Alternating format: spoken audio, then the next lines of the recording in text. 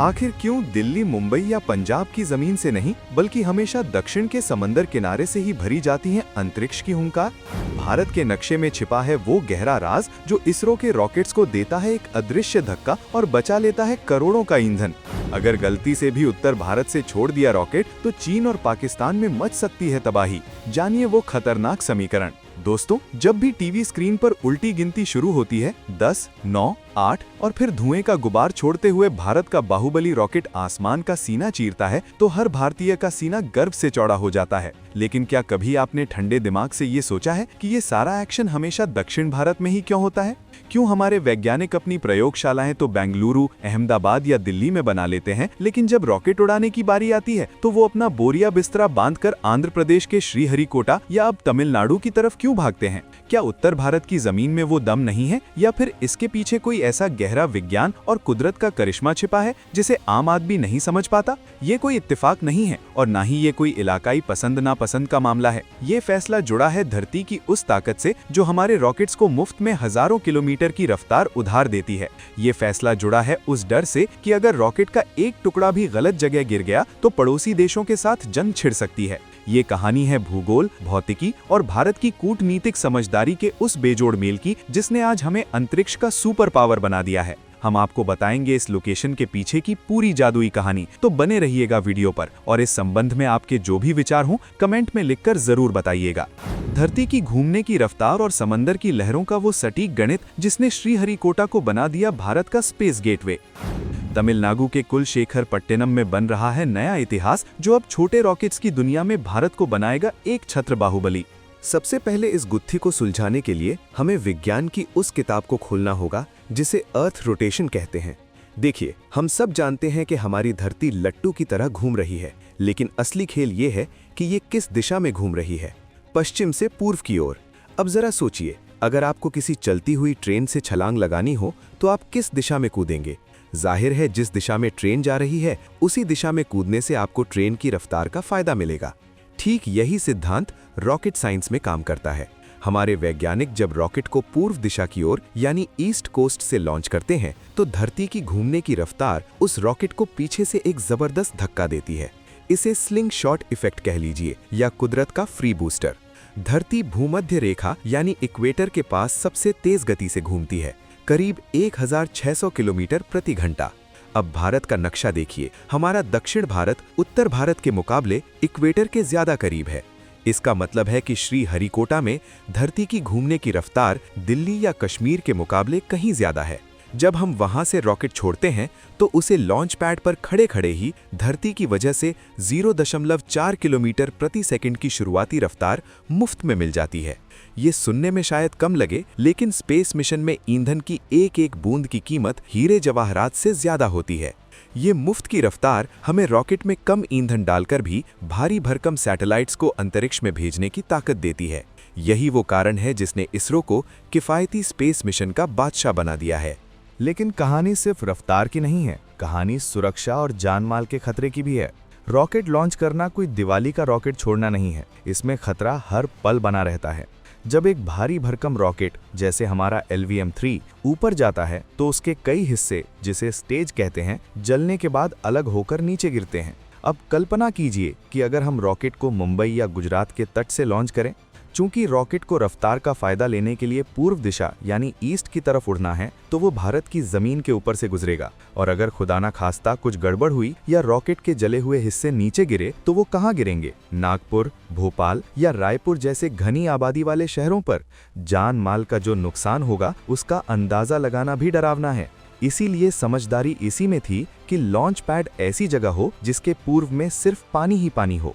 श्रीहरिकोटा इस मामले में कुदरत का दिया हुआ वरदान है। इसके पूर्व में बंगाल की खाड़ी का विशाल समंदर है।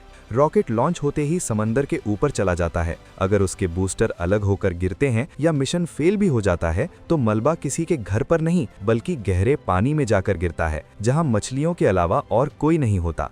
ये लोकेशन न केवल हमारे नागरिकों को सुरक्षित रखती है बल्कि इसरो के वैज्ञानिकों को बेफिक्र होकर बड़े बड़े रिस्क लेने की आज़ादी भी देती है। अब जरा एक और खतरनाक पहलू पर नजर डालते हैं, भू राजनीति यानी जियोपॉलिटिक्स। मान लीजिए हम जिद करके पंजाब या राजस्थान से रॉकेट छोड़ना शुरू कर दें। रॉकेट को तो पूर्व की तरफ ही जाना है, तो उसका रास्ता कहां से गुजरेगा? सीधे हमारे प्यारे पड़ोसियों चीन या नेपाल के ऊपर से। अब स्पेस मिशन में तो 100% गारंटी किसी बात की नहीं होती। अगर हमारा कोई रॉकेट लॉन्च के बाद कंट्रोल से बाहर हो गया और उसका मलबा चीन या किसी और देश की जमीन पर गिर गया, तो सोचिए क्या होगा। वो देश इसे हमला मान सकता है। तीसरे विश्व युद्ध जैसे हालात बन सकते हैं। अंतर्राष्ट्रीय कानूनों के मुताबिक आप अपने स्पेस प्रोग्राम के कचरे से दूसरे देश को नुकसान नहीं पहुंचा सकते। श्रीहरिकोटा की लोकेशन इस कूटनीतिक सिरदर्द को भी खत्म कर देती है। यहाँ से रॉकेट उड़ता है और सीधा असीमित समंदर के ऊपर निकल जाता है। न किसी पड़ोसी देश की सीमा का उल्लंघन, न किसी आबादी को खतरा और न ही किसी अंतर्राष्ट्रीय विवाद का डर। हमारे दूरदर्शी वैज्ञानिक विक्रम साराभाई और उनकी टीम ने दशकों पहले ही नक्शे पर उंगली रखकर ये जगह चुन ली थी, क्योंकि वो जानते थे कि भविष्य में भारत को अंतरिक्ष का सरताज बनना है, तो उसके लिए एक ऐसा सुरक्षित किला चाहिए जहां से वो निर्विवाद रूप से अपनी ताकत दिखा सके। लेकिन दोस्तों, बात यहीं खत्म नहीं होती।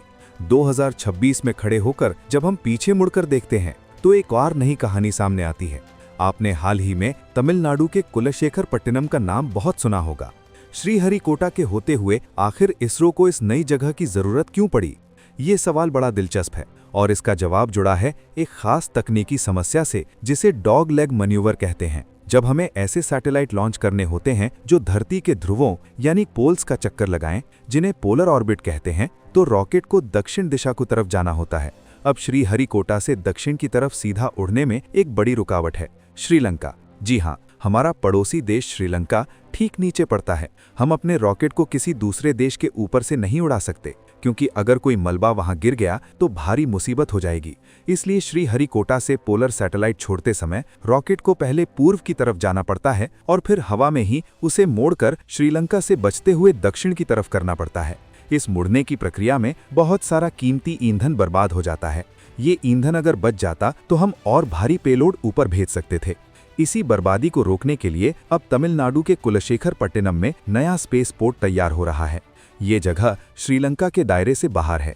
यहाँ से रॉकेट सीधे दक्षिण की तरफ उड़ सकता है, बिना किसी मोड़ के। इससे खास तौर पर हमारे छोटे रॉकेट्स यानी SSLV small satellite launch vehicle की क्षमता कई गुना बढ़ जाएगी। ये भारत का एक और मास्टर स्ट्रोक है, जो ग्लोबल मार्केट में छोटे सैटेलाइट लॉन्च करने के धंधे में हमें सबसे सस्ता और सबसे भरोसेमंद ऑप्शन बना देगा। अब जरा दुनिया की तरफ भी देख लेते हैं। क्या सिर्फ भारत ही ऐसा करता है? बिल्कुल नहीं। दुनिया के जितने भी बड़े स्पेस प्लेयर्स हैं, सब यही गणित लगाते हैं। अमेरिका को देख लीजिए, उनका मुख्य launch centre Kennedy space centre Florida में है, जो अमेरिका के पूर्वी तट पर है। वहां से रॉकेट अटलांटिक महासागर के ऊपर जाते हैं। यूरोपियन स्पेस एजेंसी तो और भी चालाक निकली। वो अपने रॉकेट यूरोप से नहीं, बल्कि दक्षिण अमेरिका के फ्रेंच गुयाना से लॉन्च करते हैं। क्यों? क्योंकि फ्रेंच गुयाना इक्वेटर के बिल्कुल पास है। वहां से लॉन्च करने पर उन्हें धरती की घूमने की रफ्तार का सबसे ज्यादा फायदा मिलता है। इतना फायदा कि वो अपने रॉकेट की क्षमता को 1.5 गुना तक बढ़ा लेते हैं। भारत के पास फ्रेंच गुयाना जैसी इक्वेटर पर स्थित जमीन तो नहीं है, लेकिन हमारे वैज्ञानिकों ने अपनी भौगोलिक स्थिति का जो निचोड़ निकाला है, वो काबिले तारीफ है। श्रीहरिकोटा और कुलशेखरपट्टिनम, ये दोनों जगहें भारत के लिए किसी सोने की खदान से कम नहीं है। ये हमें कुदरती तौर पर वो बढ़त देती हैं जिसके लिए चीन और रूस जैसे देश तरसते हैं। चीन के ज्यादातर लॉन्च सेंटर जमीन के अंदरूनी हिस्सों में है, जिसकी वजह से अक्सर उनके रॉकेट के हिस्से उनके अपने ही गांवों पर गिरते देखे गए हैं। सोशल मीडिया पर आपने ऐसे कई वीडियो देखे होंगे, लेकिन भारत ने अपनी लोकेशन ऐसी चुनी है कि सांप भी मर जाए और लाठी भी न टूटे। इसरो की ये कामयाबी सिर्फ मशीनों की नहीं, बल्कि उस सोच की है जिसने संसाधनों की कमी को अपनी ताकत बना लिया। जब हम कहते हैं कि भारत का स्पेस प्रोग्राम दुनिया में सबसे किफायती है, तो उसके पीछे कोई जादू नहीं, बल्कि यही भौगोलिक बुद्धिमत्ता है। श्रीहरिकोटा द्वीप, जो पुलिकट झील और बंगाल की खाड़ी के बीच बसा है, वो सिर्फ एक जमीन का टुकड़ा नहीं है, वो भारत का शक्तिपीठ है। यहाँ का मौसम, यहाँ की हवा का रुख और यहाँ की शांति, सब कुछ रॉकेट लॉन्च के लिए एकदम परफेक्ट है। 2026 में जब हम गगनयान जैसे मिशन की बात कर रहे हैं, जहां इंसानों को अंतरिक्ष में भेजकर वापस लाना है, तो यही पूर्वी तट हमारी लाइफलाइन बनेगा। क्योंकि कैप्सूल की वापसी के लिए बंगाल की खाड़ी जैसा विशाल और सुरक्षित समंदर पास होना बहुत जरूरी है। अगर हम किसी मैदानी इलाके से लॉन्च करते तो एस्ट्रोनॉट्स की वापसी के वक्त रिस्क कई गुना बढ़ जाता, एक और रोचक तथ्य है जो अक्सर लोगों की नज़रों से छिप जाता है, वो है साउंडिंग रॉकेट्स की कहानी। भारत ने अपना स्पेस सफर केरल के थुम्बा से शुरू किया था।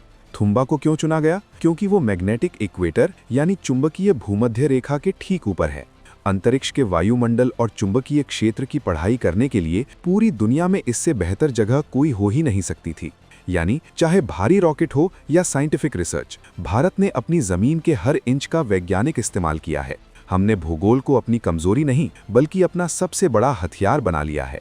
आज जब दुनिया भर के देश अपने सैटेलाइट लॉन्च करवाने के लिए इसरो की कतार में खड़े हैं, तो उसकी एक बड़ी वजह यह भी है कि हम उन्हें भरोसा दे सकते हैं, सटीक लॉन्च का, सुरक्षा का और कम लागत का। और ये सब मुमकिन हो पाया है क्योंकि हमने सही जगह पर सही समय पर अपनी नींव रखी है। आपको क्या लगता है दोस्तों, क्या कुरसेकर-पट्टिनम के शुरू होने के बाद भारत चीन को स्पेस रेस में पूरी तरह पछाड़ देगा? और क्या हमें भविष्य में और भी ऐसे लॉन्च पैड्स की जरूरत पड़ेगी? अपनी राय कमेंट्स में खुलकर बताएं। अगर आपको इसरो की ये स्मार्ट स्ट्रैटेजी पसंद आई हो तो वीडियो को लाइक और शेयर करना ना भूलें।